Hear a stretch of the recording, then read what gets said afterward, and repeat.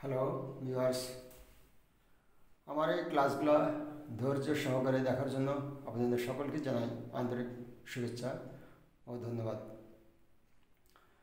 আর আমিও আমার এই প্রিয় অডিয়েন্স বা স্টুডেন্টদের জন্য কিছু কাজ করার চেষ্টা করছি, যে কাজটা আমার অডিয়েন্স বা আমার স্টুডেন্টদের কিছুটা হলেও উপকার আসবে। আর আপনাদের ভালোবাসা পাওয়ার পরে আমার উৎসাহটা আরও দিন দিন বেড়ে যাচ্ছে। তো এর আগেও বেশ কয়েকটা ক্লাস নিয়েছি, নিশ্চয়ই আপনারা দেখছেন। আজকের ক্লাসটা নিচ্ছি। আজকের ক্লাসটাতেও আপনারা দেখেন যেখানে বলা আছে subject plus verb intransitive, subject plus verb intransitive. তো এর আগে যে ক্লাসটা দিয়েছিলাম সেখানে বলেছিল subject plus verb intransitive plus adverbial of time, বা আরও দিয়েছিলাম subject plus verb intransitive plus prepositional phrase. আজকের বিষয়টা হচ্ছে সাবজেক্ট প্লাস ভার্ব ইন্ট্রানজিটিভ, শুধুমাত্র ইন্ট্রানজিটিভ। তো ইন্ট্রানজিটিভ ভার্বটা আমরা অনেকেই মনে করি যে ইন্ট্রানজিটিভ ভার্বটা আমরা অনেকেই সহজে হয়তো জানি, কিন্তু কিছুটা আমাদের কনফিউশন থাকে। আর সেই কনফিউশনটা দূর করার জন্য আমি আবার ইন্ট্রানজিটিভ ভার্বটা কাকে বলে এবং কোন কোনগুলো ইন্ট্রানজিটিভ ভার্ব সেটা নিয়ে আলোচনা করি। আমি বলছিলাম যে সকল ভার্বগুলো অবজেক্টের সাহায্য ছাড়া, অবজেক্ট বলতে কেমন বুঝি, যে এখানে আপনারা খেয়াল করে দেখেন যে দি বয় ড্রজ এ পিকচার, অর্থাৎ কর্ম হবে কর্তার কাজ, অর্থাৎ অবজেক্ট হবে সাবজেক্টের কর্ম। সুতরাং আমরা যদি বলি যে কর্তা কি করে, কর্তা কি লেখে, কর্তা কি গায়, কর্তা কি দেখে, কর্তা কাকে দেয়, এরকম যদি আমরা দেখি এবং তার যদি উত্তর পাই তাহলে আমরা সেটাকে অবজেক্ট বলবো বা বলতে পারি। এখানে যেমন বসে দি বয় ড্রজ এ পিকচার, ছেলেটি একটি ছবি আঁকে। কি আঁকে? একটি ছবি আঁকে। তাহলে এ পিকচার হচ্ছে ছেলেটির কাজ। আর এখানে বলছে ইন্ট্রানজিটিভ, যে সকল ভার্বগুলো এরকম অবজেক্টের সাহায্য ছাড়া তার নিজের অর্থ সম্পূর্ণ প্রকাশ করতে পারে, আমরা সেটাকে বলবো ইনট্রানজিটিভ ভার্ব। আমরা যদি এক্সাম্পল দেখি বিষয়টা আমাদের কাছে আরও সহজ হবে। দি বেবি ইজ স্লিপিং, অর্থাৎ শিশুটি ঘুমাতেছে। এখানে খেয়াল করে দেখেন যে দি বয় ড্রজ এ পিকচার, ছেলেটি একটা ছবি আঁকে, একটা ছবি আঁকে। কিন্তু এখানে কিন্তু দেখেন আপনার কোনো অবজেক্ট নাই, এরকম কোনো প্রশ্ন করে আপনি উত্তর পাবেন না। এখানে দি বেবি ইজ স্লিপিং, শিশুটি ঘুমাইতেছে, সুতরাং এখানে অবজেক্ট নাই। তাহলে আমরা বলতে পারি যে স্লিপ বা স্লিপিং হচ্ছে ইনট্রানজিটিভ ভার্ব। তাহলে আমাদের যদি বলি সাবজেক্ট প্লাস ভার্ব ইনট্রানজিটিভ, তখন আমরা দেখব যে সাবজেক্ট প্লাস ভার্ব ইনট্রানজিটিভ এবং কোন কোন ভার্বগুলো ইনট্রানজিটিভ সেগুলো খুঁজে নিয়ে আমাদের স্মরণ করে আমরা তখন একটা সেন্টেন্স লেখার চেষ্টা করব। নেক্সট যদি দেখি যে দে আর রানিং, তাহারা দৌড়াইতেছে, এরও কোনো কাজ নাই। দেখেন এখানে কোনো অবজেক্ট নাই, সুতরাং রান বা রানিং হচ্ছে একটা ইনট্রানজিটিভ ভার্ব। পরে যদি আমরা দেখি হি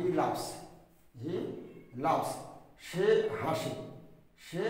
হাসে, এখানেও আপনার কোনো অবজেক্ট নাই, সুতরাং লাভস ইনট্রানজিটিভ ভার্ব। দর্শক আপনারা খেয়াল করে দেখেন যে ইনট্রানজিটিভ ভার্ব আজকে আপনারা খুব দারুণভাবে বুঝে যাবেন। দি ম্যান ওয়াক্স, লোকটি হাঁটে, এখানেও কোনো অবজেক্ট নাই।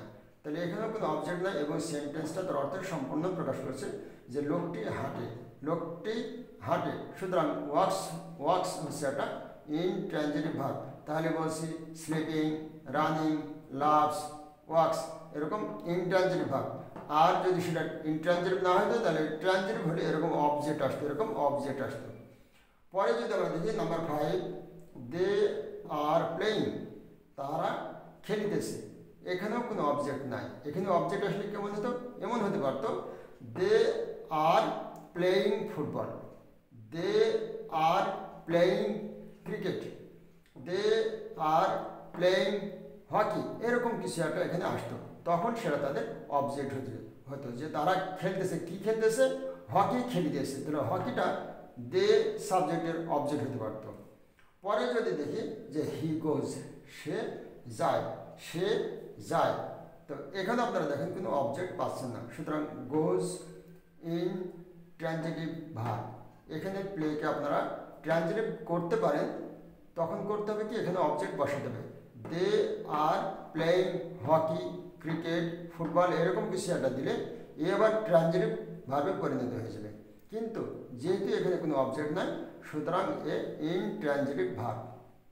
নেক্সট আমরা নাম্বার 7-এ যদি দেখি বার্ডস ফ্লাই, বার্ডস ফ্লাই, পাখিরা ওড়ে, পাখিরা ওড়ে, তাহলে এদেরও কোনো কাজ পাচ্ছেন না আপনি, এখানে অবজেক্ট পাচ্ছেন না, সুতরাং ফ্লাই ইন ট্রানজিটিভ ভার্ব।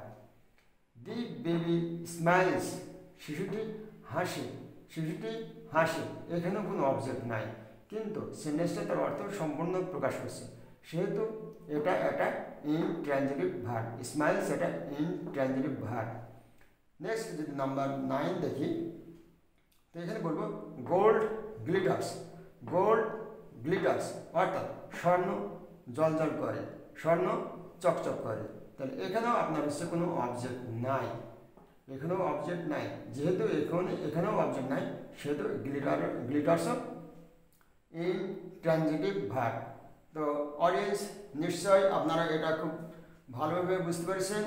যেমন আমি আবার বলছি, গ্লিটার্স ইনট্রানজিটিভ ভার্ব, যেহেতু অবজেক্ট নাই, স্মাইলস ইনট্রানজিটিভ ভার্ব, অবজেক্ট নাই, ফ্লাই ইনট্রানজিটিভ ভার্ব, অবজেক্ট নাই, গোজ ইনট্রানজিটিভ ভার্ব, অবজেক্ট নাই, প্লে এক্ষেত্রে ইনট্রানজিটিভ ভার্ব যেহেতু অবজেক্ট নাই, ওয়ার্কস ইনট্রানজিটিভ ভার্ব, অবজেক্ট নাই, লাভস ইনট্রানজিটিভ ভার্ব, অবজেক্ট নাই, রান ইনট্রানজিটিভ ভার্ব যেহেতু অবজেক্ট নাই, স্লিপ ইনট্রানজিটিভ ভার্ব যেহেতু অবজেক্ট নেই, এরকম আরও বেশ কিছু ইনট্রানজিটিভ ভার্ব আছে।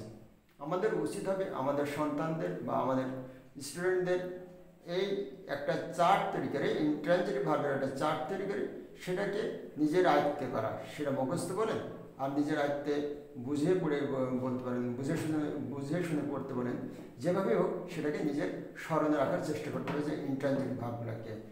আর ইনট্রানজিটিভ ভার্ব বা ট্রানজিটিভ ভার্ব যখন সে স্পষ্টভাবে ইন্ডিভিজুয়ালি বুঝবে, তখন তার যে কোনো সেন্টেন্স করতে খুব সহজ মনে হবে, আর যখনই তার কাছে সহজ মনে হবে তখনই তার কাছে আর ইংলিশটা দুর্বোধ্য থাকবে না, ইংলিশ পড়তে তার অনীহা আসবে না।